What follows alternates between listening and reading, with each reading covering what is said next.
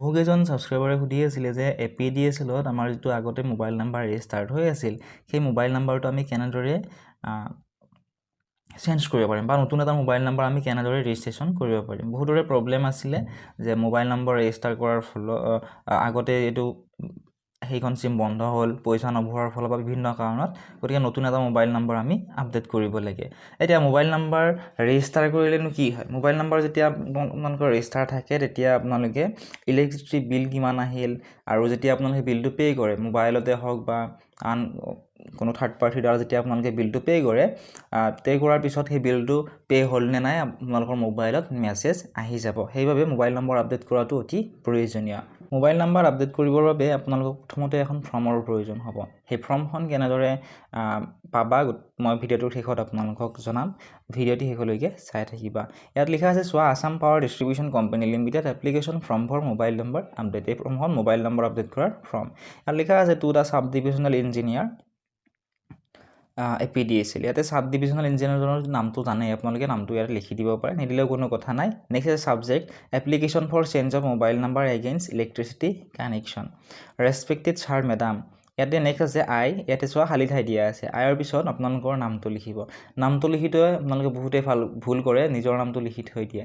তেনেকুৱা নহয়, আপোনালোকৰ ঘৰৰ যিটো ইলেক্ট্ৰিচিটি কানেকশ্যন আছে, ইলেক্ট্ৰিচিটি কানেকশ্যনটো কাৰ নামত আছে, মিটাৰটো কাৰ নামত আছিলে, আপোনালোকৰ মা বা দেউতাৰ নামতে নিশ্চয় আছে, তেওঁৰ নামটো ইয়াতে লিখি দিব।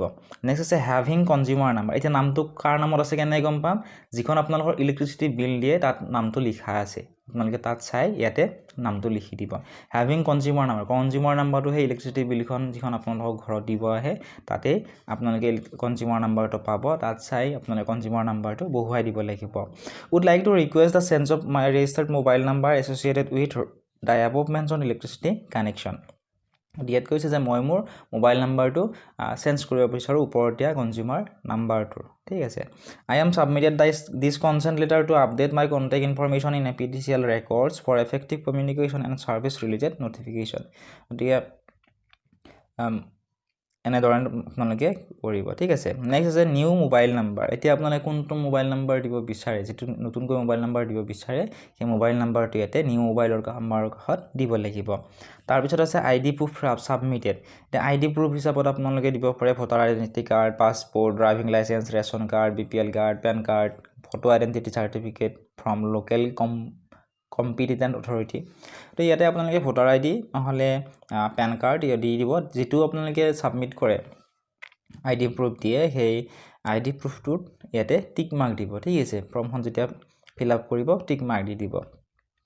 তাৰপিছত ID প্ৰুফত যেনে ভোটাৰ ID এটা নাম্বাৰ থাকে বা পান কাৰ্ডৰ এটা নাম্বাৰ থাকে, সেই ID প্ৰুফ ছাবমিটেডৰ কাষত আপোনালোকে সেই ভোটাৰ ID বা পান কাৰ্ডৰ নাম্বাৰটো আপোনালোকে বহুৱাই দিব লাগিব। শেষত আছে I kindly request your office to process this change in mobile number at your earliest convenience. তাৰপিছত আছে ইয়ৰ চিনচিয়াৰলি। ইয়াতে কনজিউমাৰ নাম্বাৰটো লিখিব। কনজিউমাৰ নাম্বাৰ ওপৰত যিটো লিখিলে সেইটো মনত ৰাখিব, কনজিউমাৰ নাম্বাৰটো কিন্তু ভুলকৈ নিলিখিব।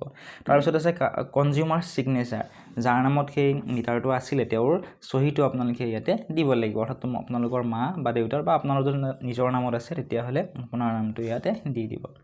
তাৰপিছত আছে একনলেজমেণ্ট ৰিচিপ্ট।